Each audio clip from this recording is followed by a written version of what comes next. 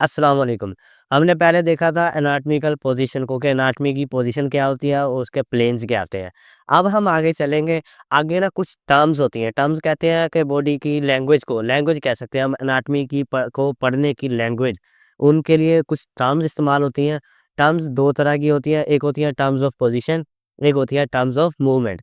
Term of position मतलब कि positions के हिसाब से और टर्म ऑफ मूवमेंट के मूवमेंट कैसे हो रही है, उनको हम क्या कहेंगे, क्या नाम देंगे? बेसिकली ये नाम है जो कि हम मेडिकली कह सकते हैं या एनाटॉमिकली, क्योंकि हम मेडिकल फील्ड से रिलेटेड हैं, तो हम ये चीज़ें ही कहेंगे। टर्म्स ऑफ पोजीशन को देखते हैं। टर्म्स ऑफ पोजीशन जो है वो हमेशा 2 मतलब के जोड़े की शक्ल में होती है। मतलब अगर किसी का आगे है तो उसका पीछे होगा, ऊपर है तो उसका नीचे होगा। तो इसमें जो सबसे पहली चीज़ आती है वो आती है एंटीरियर एंड पोस्टीरियर। एंटीरियर कहते हैं फ्रंट को, मतलब कि अगर फ्रंट वाले पार्ट्स की बात करें, फ्रंट की, बॉडी के फ्रंट की, तो उसको हम कहेंगे एंटीरियर, और अगर हम बैक वाले की कहें तो उसको हम कहेंगे पोस्टीरियर। आगे आती है मीडियल और लैटरल। मीडियल किसे कहते हैं? मीडियल मतलब कि हमारी बॉडी की मिड लाइन जो है, वो उसके अगर कोई करीब होगी तो वो चीज़ हम कहेंगे उसको मीडियल, और अगर उससे दूर होगी, ठीक है, तो उसे हम कहेंगे लैटरल। आगे है सुपीरियर एंड इन्फीरियर। सुपीरियर कहते हैं ऊपर, हाई को, ठीक है? मतलब कि हमारा हेड वाला हिस्सा जो है ऊपर वाला, उसको हम सुपीरियर कहेंगे, और जो इन्फीरियर है वो हमारा नीचे वाला पाँव वाला हिस्सा, वो उसको हम इन्फीरियर कहेंगे। आगे हमारे पास जो चीज़ आती है उसे कहते हैं सुपरफिशियल और डीप। सुपरफिशियल कहते हैं फेशिया से निकला है फेशियल, फेशिया कहते हैं स्किन को। तो मतलब हमारी जो स्किन के करीब चीज़ होगी उसको हम सुपरफिशियल कहेंगे, और जो चीज़ हमारी स्किन के डीपर होगी, मतलब कि बहुत ज़्यादा गहराई में होगी, उसको हम डीप कहेंगे। फॉर एग्ज़ाम्पल अगर हमारी जो स्किन है उसके करीब क्या है, उसके करीब मसल्स है और उसके साथ वेन्स है, वो है सुपरफिशियल। और हमारी बोन जो है वो अंदर है, गहराई में है, उसके काफ़ी सारी तहें हैं, चीज़ें हैं, उसके बाद आती है बोन, तो उसको हम कहेंगे डीप। आगे आता है इंटरनल एंड एक्सटर्नल। इंटरनल कहते हैं इनर वाला पार्ट, एक्सटर्नल कहते हैं आउटर वाला पार्ट, ये तो सीधी-सीधी बात है। आगे आता है प्रोक्सिमल एंड डिस्टल। प्रोक्सिमल कहते हैं टुवर्ड्स द एक्सियल स्केलेटन, मतलब कि एक्सियल स्केलेटन है जो हमारा वहाँ, उसके करीब, उसकी तरफ कोई चीज़ होगी तो उसको हम कहेंगे प्रोक्सिमल, और अगर कोई हमारे एक्सियल स्केलेटन से दूर है तो उसको हम कहेंगे डिस्टल। आगे आती है प्लांटर एंड पाल्मर।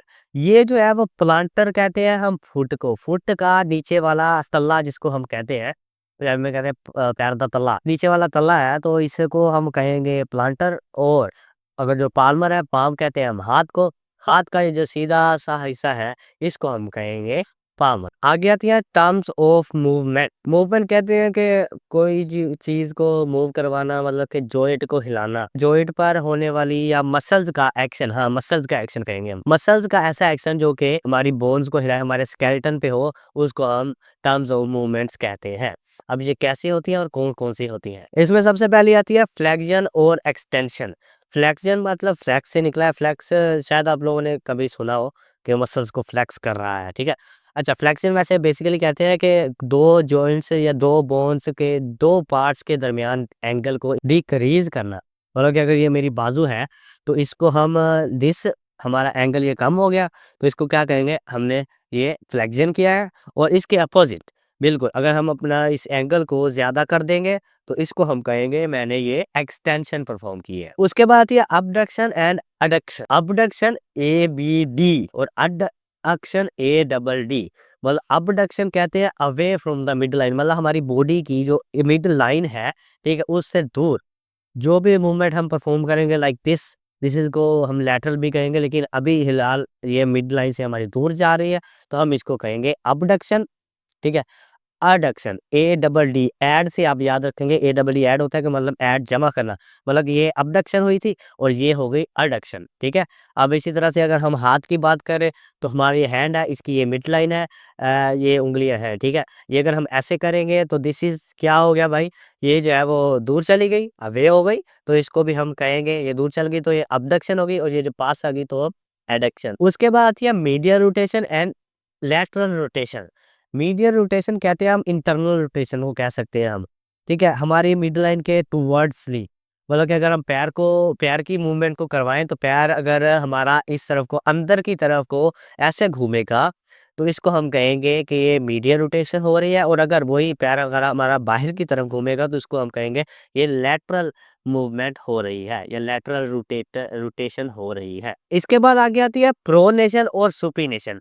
प्रोनेशन कहते हैं प्रोन हो जाना, उल्टा, उल्टा हम कह सकते हैं, ठीक है? अगर मेरा ये हाथ है, ये हाथ का पाम है, इसको हम ऐसे करेंगे, यानी कि ये हो गया प्रोन, उल्टा हो गया। इसको दोबारा वापस लाएँगे तो ये सुपाइन, सुपिनेशन हो गया।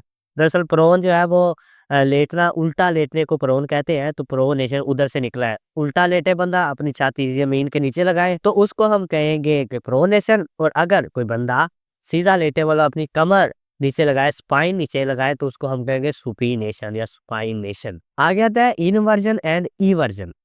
इन्वर्जन कहते हैं टुवर्ड्स द मीडियन पॉइंट। अच्छा, ये ना ये जो इन्वर्जन और इवर्जन है, ये सिर्फ फुट पे, हमारे पाँव पे अप्लाई होती है, उसके अलावा कहीं अप्लाई नहीं होती।